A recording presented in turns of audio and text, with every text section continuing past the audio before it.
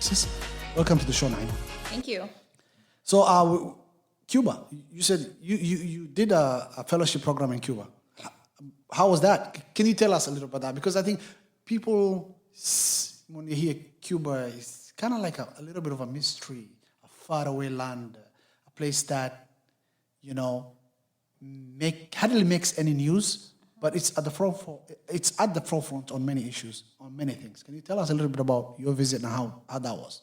Yeah, so my journey to Cuba, it actually started 2009 when I had my firstborn, and I was exploring, where is our food coming from? And so doing a lot of research, a stay-home mom, a lot of YouTubing. My husband and I came across at the time, how Cuba was sustaining themselves from the blockade. And so I was just watching their urban farming and how they were able to support one another locally with what they have.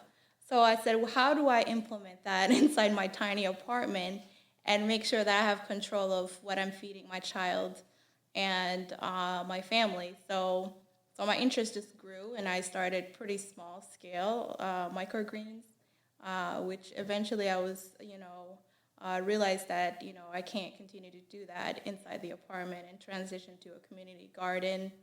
And after that, I was able to enroll a immigrant and first-time farmer training program for farmers out in St. Croix.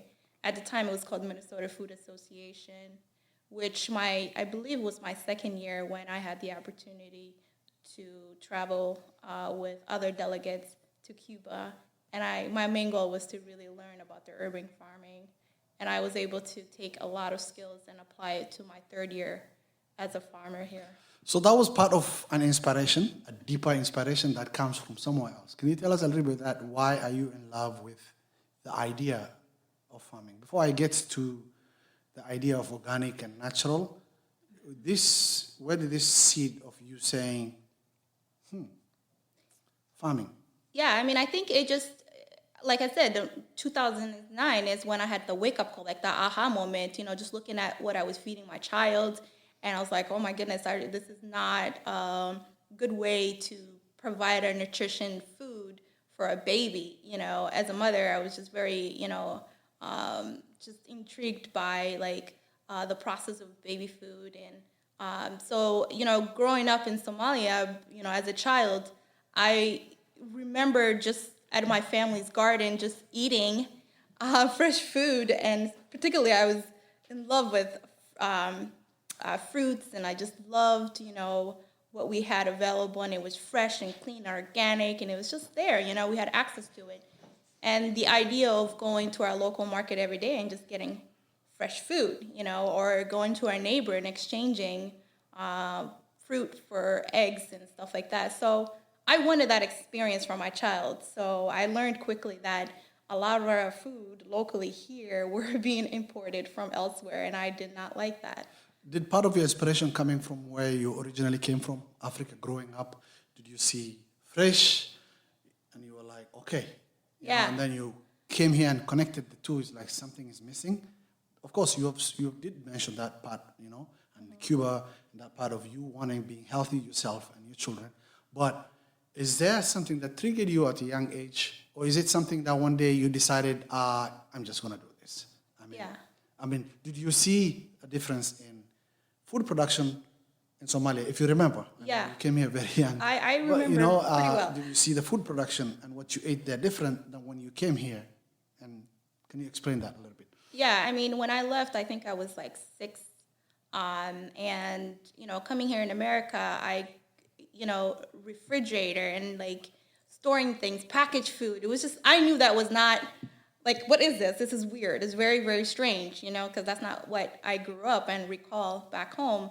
But you quickly adapt, and you're easily influenced by what's around you. And of course, the community that I grew up throughout the state, because we moved around a lot, is what was available to us were corner stores for the most part. And what do we have in corner stores? Processed, packaged Food. It's not, Not I don't natural. even call that food. You won't even see fruits on the stand. Yeah. You will rarely see any fruits, vegetables, or greens on the stand. So go ahead. Yeah. Yeah, and so I mean, throughout my upbringing, and but my parents did a really good job providing vegetables and fruits to their best ability. But again, it just goes back to growing up here and what's available and what you have access to. But the moment that I realized the disparity and the challenges is when I was at the farmers market my first year. I didn't see a lot of people that looked like me. And so, again, the Naima me was like, why is this happening? What's the reason behind? And so I was able to like dig in and really like connect with folks in my community. What are your barriers? Why can you not come to me? Because the first year when people learned about I was farming out in rural area, they're like, what in the world's going on here? And that's an obstacle, but that's a challenge, right? So now you want to do this. Now you see this is good for your family. Now you see this can create a healthy place for your community, right? Absolutely. Now you have to go out and preach, Yeah, and teach and explain and say, hey, there's something here. Let's do it. So what are those, including what you just said, is the challenges? Go ahead. Yeah, and so this particular example of me being at the market for 3 years and not seeing folks that look like me was just, it really hurt me, and I wanted to know why. And so some of the reasons, well, obviously because transportation was a barrier for many people, and the fact that I'm certified organically, so my produce is a little bit higher than what they would have access to, for instance, their local grocery store. So and not, how do you prioritize if you have a certain amount of money per month? It's like, do you pay your electric bill, your rent, or do you buy fresh, organically local produce from your fellow, Co-op or and organic. so it's frustrating. But So, and what's the difference now? So some people like to go places like Cup Food, and then some people like to go places like Co-op, Yeah. Do you know the difference? Can you explain how that works, and why you think? I know one of the challenges that you heard as a farmer is getting your produce out and selling it at a price that you feel it's going to at least get you some profit, right? Line, and that has been a challenge, So, so where do you take Naima, when you farm, right?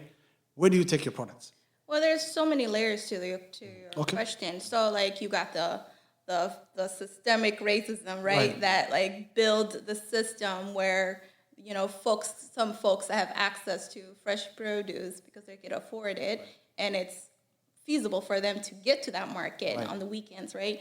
But then you also have a challenge where it's a small scale farmer, upcoming farmer like myself, who logistically, like, there's no way I could keep up with the demand because I am not quite there yet to,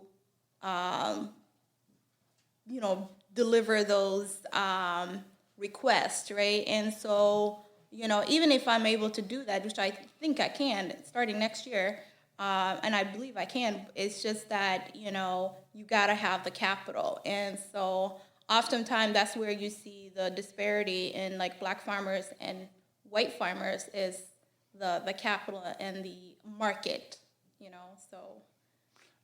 Speaking of healthy community, starts with eating healthy. Of course, exercising is part of it, and many other things. Even the mind, mental health. For you, do you see this as a challenge, and that you being in this world of providing one part, which is healthy food, can be a solution to a lot of issues that faces the new immigrants to Minnesota and to USA? Yeah, that's a great question because, we're, our DNA, our body does not recognize this, this climate, the winter. That's not, if you look back home, and that's not something that we have. And so being here and being in a closed environment for several months throughout the year, I would say more than half, like 7 months, 8 months, depending on your age, it's a challenge because that really does affect you mentally and physically and spiritually, So one of the things that I've been doing over the years is inviting folks to come out and join me and see, and just being out there in nature, it really does a really good for the mind and the soul. So and I will continue to do so with the fellowship program that I'm trying to implement next year, where it will be intergenerational, where we'll have the elders have a plot and pair them with young people who need to learn at a very young age. Speaking of the young people, let's talk about that. So you're also inspiring young people to come your way. Yeah. What advice do you have them? Do you tell them? What kind of conversation do you have with them? How do you start it and how do you end it? Yeah, I mean, I always get like second look. They're like, Miss Naima, what? You're a farmer? Because I am in the education sector too. That's my day job. But when they learn, and I share with them that I do farming seasonal here, I think they're just, because they don't. This is not the typical face of a farmer, right. Especially here in the state, right? So I think they pause and they're like, whoa, how did you get in? And I tell them, it's like, even if you don't want to do the labor kind of thing that I'm doing within farming, there's so many other opportunities that I think that you should explore. So I do visit a lot of schools, and I do talk to young people about, looking into farming and agriculture. And because they're our future. Do immigrants and students of color, are they curious when they see you? Very, Do you get more from them than anybody else? Yeah, and I think for the most part, they're in shock, and they're like, well, this is not a field that's not a place that they've seen a lot of you, a lot of us that they can easily identify. Absolutely, yeah. I mean, a lot of immigrants push for the doctor, the lawyer, right? Because those are like... Yeah, especially African immigrants, yes, go ahead. The nurse. The narrative, yes, the nurse. I know. Yeah, it's same thing for my parents too. My dad was like, "What in the world? You're gonna be out there in a rural area? Like, are you crazy?" And so I think, but when they see the outcome, the result, right, and how much you make growth, and just being out there in nature and just being confident about what you do and believing in what you do inspires so many people. They can see it by example. Congratulations for your new appointments. Yeah, you've been appointed. Can you tell people what that is? Where you are now? Yeah. Your appointment with the state. Is that the state? MDA, yeah. MDA, yes. Yeah, Minnesota Department of Agriculture. So what is that? Okay. So yeah, this is emerging. There was a couple of sessions, I think a little bit over a year ago, where, Department of Agriculture did listening sessions for emerging farmers. And so they recently had folks apply, and 17 people were appointed, and I happen to be one of those. Congratulations 17. for that. Thank That's amazing, man. Yeah, and the reason why I applied for that is really to discuss and have a raw conversation about the reality of immigrant farmers, Black farmers, BIPOC farmers, and anyone who's that. Tell us about the farmers and Black farmers or immigrant farmers. Yeah. People of color farming. What is their status in the state of Minnesota? How many are there? Do you know? 39 right now. Only 39 farms? 39. Out of what? Like a million? Well, yeah, and so the numbers obviously... it could be thousands of farms. Yeah, okay. So generally it's a white-led, male-dominated field. And so, but the reason why I'm interested in being part of the table is because, I'm going through the challenges of purchasing a land here.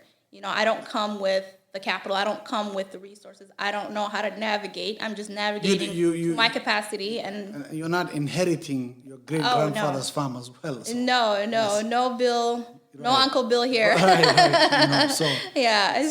So you come from a very strong resistance. I mean, the challenges. Absolutely. From where you are, from who you are, different layers of your identity, language barrier, cultural barrier, someone that is, just woman, so many things, So I can imagine it could be a lot of headwinds, you coming through and getting to be where you are. Are you involved in what's going on in outside this world, farming in Africa, especially in East Africa? I mean, are you aware of what is going on in regards to that and those places?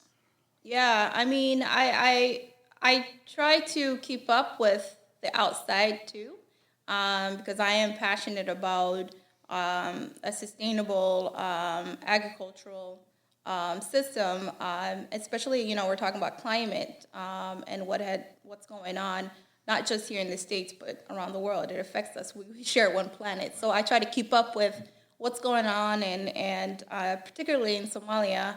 I did visit my motherland, my birth land, birth country, in 2018, and for the first time in, I want to say, close to 30 years.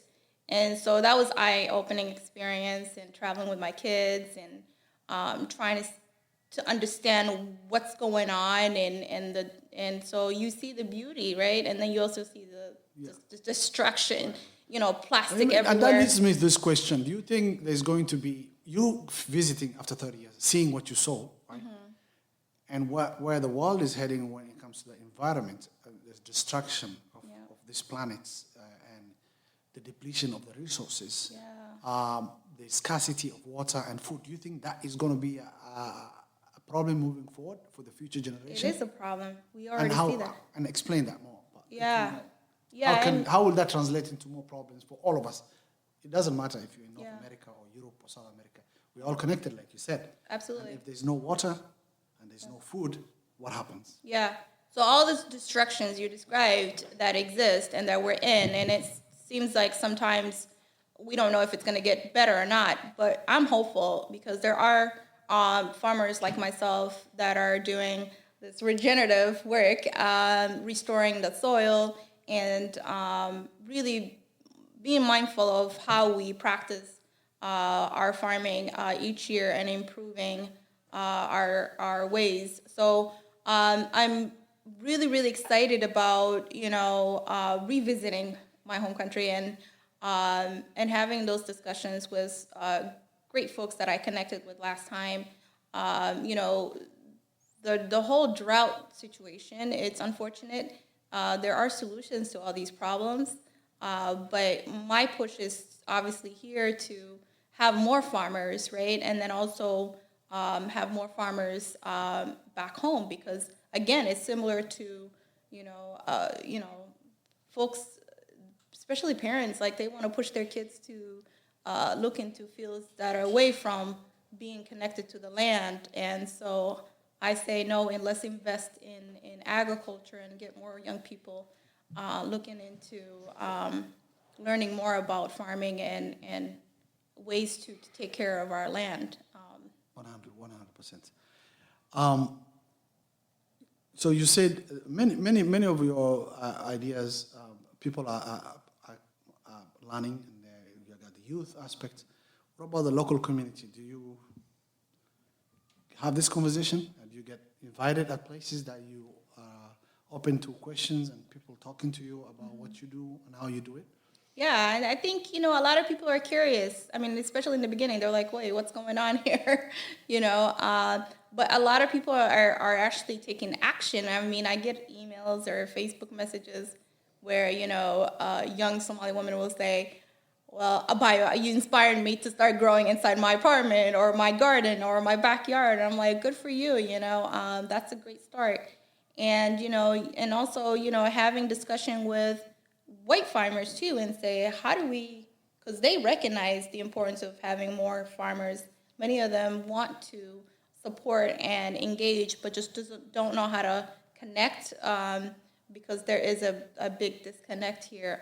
So trying to close the gap and support both sides to, we just need more farmers. That's all I have to say. We need more farmers locally here, particularly more East African farmers.